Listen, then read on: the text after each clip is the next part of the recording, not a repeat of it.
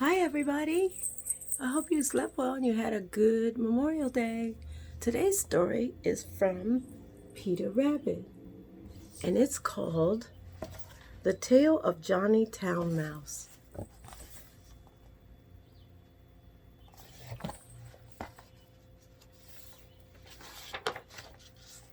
Johnny Town Mouse was born in a cupboard. Timmy Willie was born in a garden. Timmy Willie was a little country mouse who went to town by mistake in a hamper. Oh my. The gardener sent vegetables to town once a week by carrier. He packed them in a big hamper. The gardener left the hamper by the garden gate so the courier could pick it up when he passed. Timmy Willie crept in through a hole in the wickerwork, and after eating some peas, guess what? Timmy Willie fell asleep. He awoke in a fright while the hamper was being lifted into the carrier's cart. Then there was a jolting and a cluttering of horse feet. Other packages were thrown in for miles and miles. Jolt, jolt, jolt. And Timmy Willie trembled amongst the jumbled up vegetables. At last, the cart stopped at a house where the hamper was taken out, carried in, and set down. The cook gave the carrier 6 pence. That's English money. I don't know how much that is for us.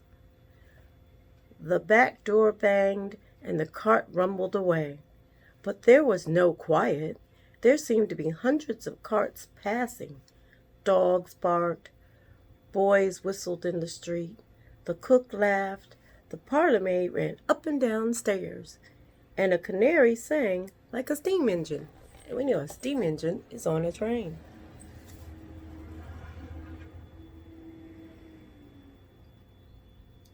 There's another picture there.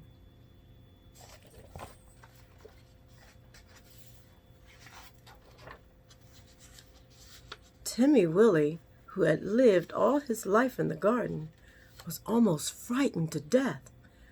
Presently, the cook opened the hamper and began to unpack the vegetables. Out sprang the terrified Timmy Willie. Up jumped the cook on a chair, exclaiming, "A mouse! A mouse! Call the cat! Fetch me the poker, Sarah!" Timmy Willie did not wait for Sarah with the poker. He rushed along and skirting board till he came to a little hole, and in he popped. Oh, so a skirting board is part of the kitchen.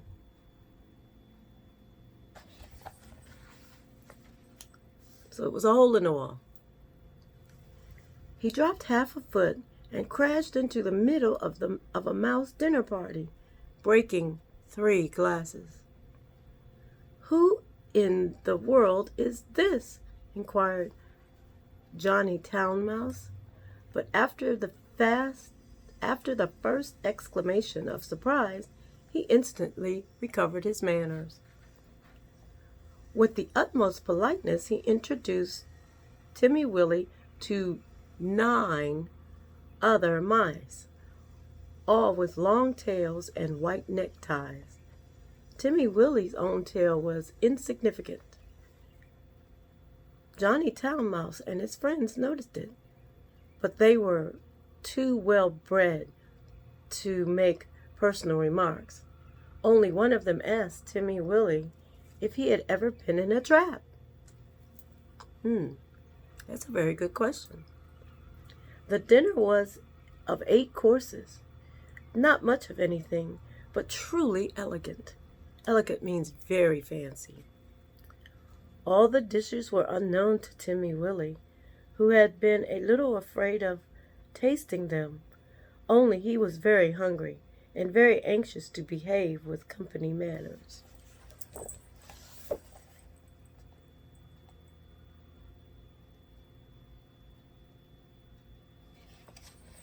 Interesting. I can't imagine mice sitting around a table like we do. The continual noise upstairs made him so nervous that he dropped the plate. Never mind, They don't belong to us, said Johnny. Why don't these youngsters come back with the dessert? It should be explained that 2 young mice who were waiting on the others were skirmishing upstairs to the kitchen between courses. Sometimes they had come tumbling in, squeaking and laughing. Timmy Willie learnt with horror that they were being chased by the cat. His appetite failed. He felt faint. Try some jelly, said Johnny Town Mouse. No. Would you rather go to bed? I will show you a most comfortable sofa pillow. The sofa pillow had a hole in it. Johnny Town Mouse quite honestly recommended it as the best bed, kept exclusively for visitors. That means only the visitors get to sleep in it. But the sofa smelt of cat. Timmy Willie preferred to spend a miserable night under the fender. Suit yourself. I would try to sleep on the pillow.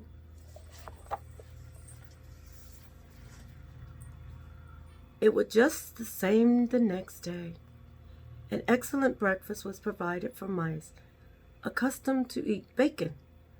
But Timmy Willie had been reared on roots and salad. Johnny Town Mouse and his friends ricketed about under the floors and came boldly out all over the house in the evening. One particular loud crash had been caused by Sarah tumbling downstairs with the tea tray. There were crumbs and sugar and smears of jam to be collected in spite of the cat. Timmy Willie longed to be at home in his peaceful nest in a sunny bank. The food disagreed with him. The noise prevented him from sleeping. In a few days, he grew so thin that Johnny Town Mouse noticed it and questioned him. He listened to Timmy Willie's story and inquired about the garden. It sounds rather dull, like a really dull place. What do you do when it rains? That is a very interesting question.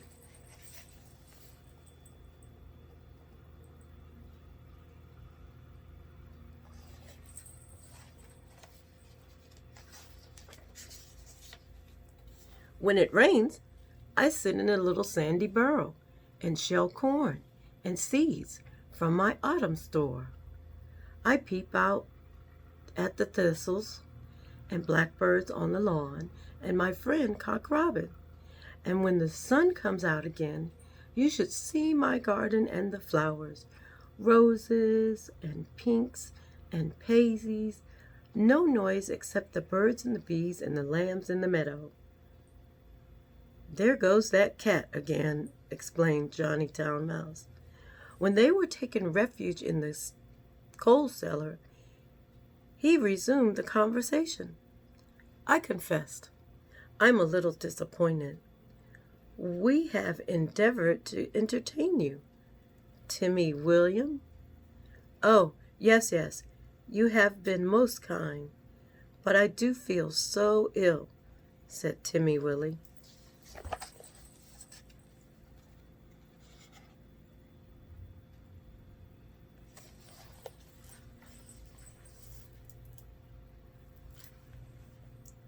It may be that your teeth and digestion are unaccustomed to our food. Perhaps it might be wiser for you to return in the hamper. Oh, cried Timmy Willie. Why, of course. For the matter of that, we could have sent you back last week, said Johnny, rather huffily. Did you not know that the hamper goes back empty on Saturdays? So Timmy Willie said goodbye to his new friends and hid in the hamper with a crumb of cake and a withered cabbage leaf. And after much jolting, he was set down safely in his own garden.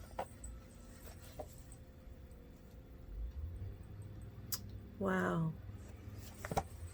It seems nice to travel, but it's always nice to go back home. Sometimes on Saturdays, he went to look at the hamper lying by the gate, but he knew better than to get in it again, and nobody got out, though Johnny Town Mouse had half promised to visit. The winter passed. The sun came out again. Timmy Willow sat by his burrow, warming his little fur coat and sniffing the smell of violets and spring grass. He had nearly forgotten his visit to town when up the sandy path, all spick and span, with a brown leather bag, came Johnny Town Mouse. Timmy Willow received him with open arms. "You have come at the best of all the year. We will have herb pudding and sit in the sun."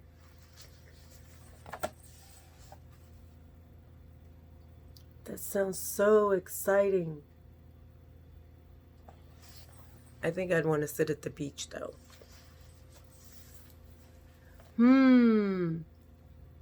It's a little damp, said Johnny Town Mouse, who was carrying his tail under his arm out of the mud.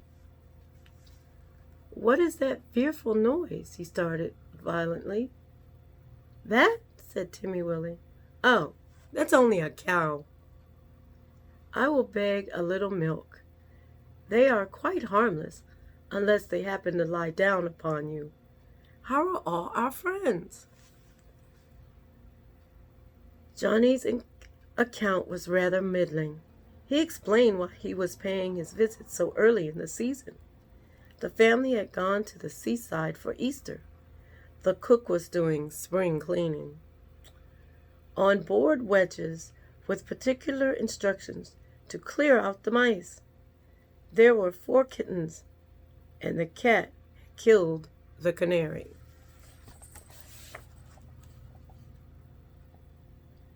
Wow. Okay. Away go the mice.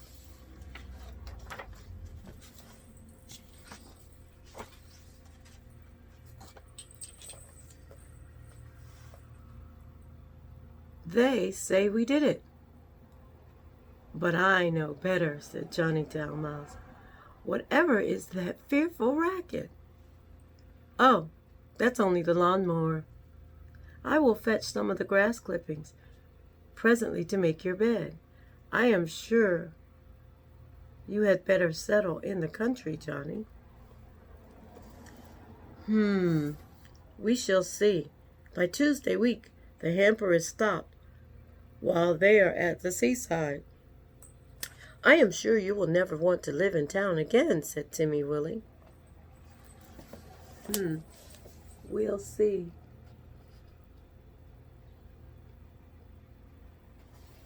Do you think Timmy Willie will change his mind and live in the country? Would you want to live in the country? Sometimes yes, I'd want to live in the country. Sometimes no. But he did. He went back in the next hamper of vegetables. He said it was too quiet. One place suits one person, another place suits another person. For my part, I prefer to live in the country, like Timmy Willie. The end.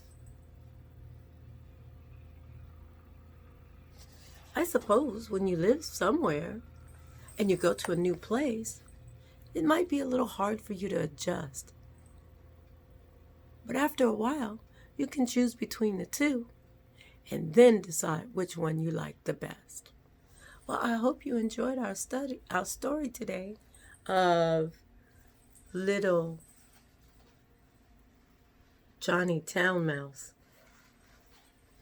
I'll have another story tomorrow. Stay safe, wash your hands, and if you go outside, please wear a mask. And remember, listen to your parents. Bye now.